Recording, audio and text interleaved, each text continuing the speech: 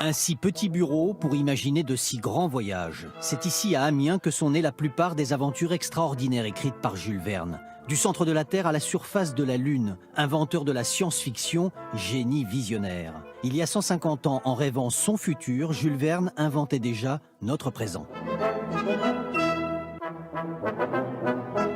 C'est à Nantes, au bord de la Loire, que le jeune Verne a commencé timidement à écrire. Depuis, le capitaine Nemo, son héros légendaire, veille sur le musée dédié à l'écrivain.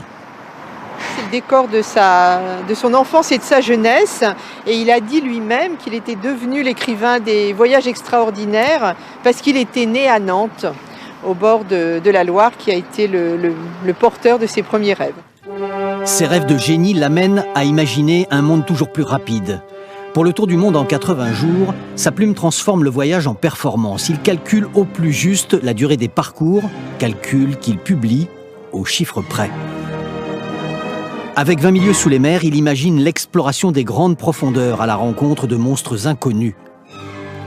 Plus visionnaire que jamais, pour conquérir la Lune, il envoie ses héros à bord d'une capsule spatiale qui semble avoir été copiée par la NASA 100 ans plus tard, en 1969.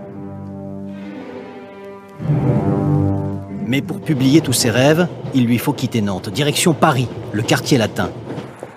Ici, au 18 rue Jacob, Jules Verne a rendez-vous avec Pierre-Jules Hetzel, l'éditeur de George Sand, Victor Hugo et Alexandre Dumas. Il signe un contrat pour 20 ans de romans pour la jeunesse. Chaque matin, dans sa bibliothèque, il prépare minutieusement sa documentation. Chaque sujet devient une fiche. Verne, génie visionnaire et besogneux. Jules Verne n'a pas fait le tour du monde et pourtant il arrive à décrire des paysages. Tout ceci, c'est le fruit de son extrême documentation dans ses encyclopédies. Des cartes commerciales comme celle-ci qui sont très détaillées et qui permettent à l'écrivain de connaître le nom de telle ou telle rivière, de tel ou tel relief dans telle contrée.